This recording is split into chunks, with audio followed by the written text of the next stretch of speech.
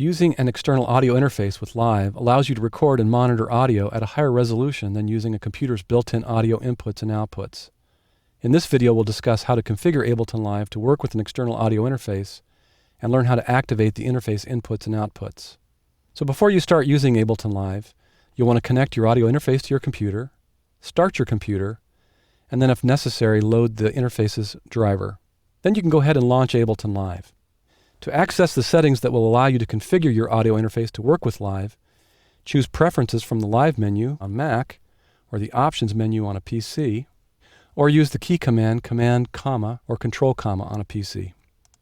The preferences are organized into tabs, and I'm on the Audio tab here. First of all, we see the driver type, which in this case I only have the option of Core Audio. On a Mac or a PC, if there is a driver that's specific to your interface, you'll need to load that, and it should be visible in this menu. Then we can go down and click the audio input device, and we should see your interface listed in this list. If not, again, you'll need to go back and check on that driver.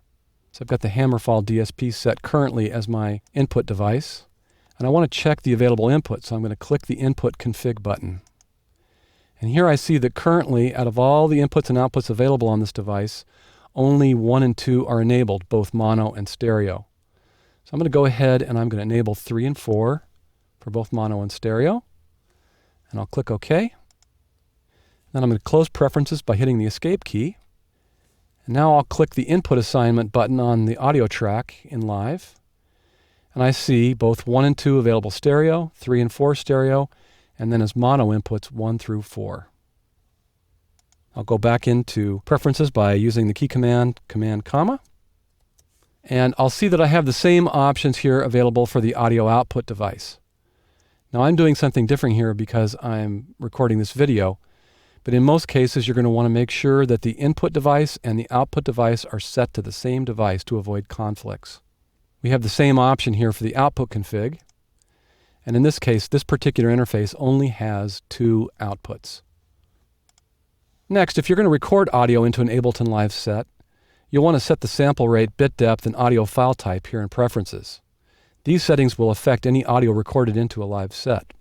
For sample rate, the options are 44.1K, 48, and 96, with 44.1 kHz being the consumer audio CD standard and 48 and 96 being higher resolution options. I'm going to go ahead and choose 44.1. The sample rate and pitch conversion parameter affects the audio quality of an audio clip when it is stretched to fit a different tempo or transposed to work in another key. The default sample rate and pitch conversion setting is a global setting. This can also be set at the clip level if necessary, and we'll discuss this in a later video. So next I'll click the Record, Warp, and Launch tab, and our top option here is File Type, and our choices are WAV and AIF.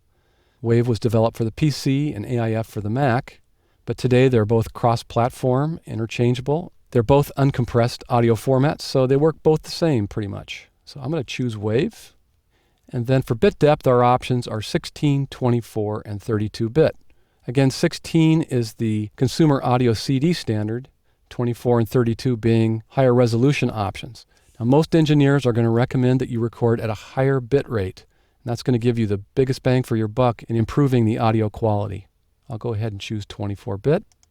So in this video, we learned how to configure Live so that you can effectively use an audio interface rather than your computer's built-in interface.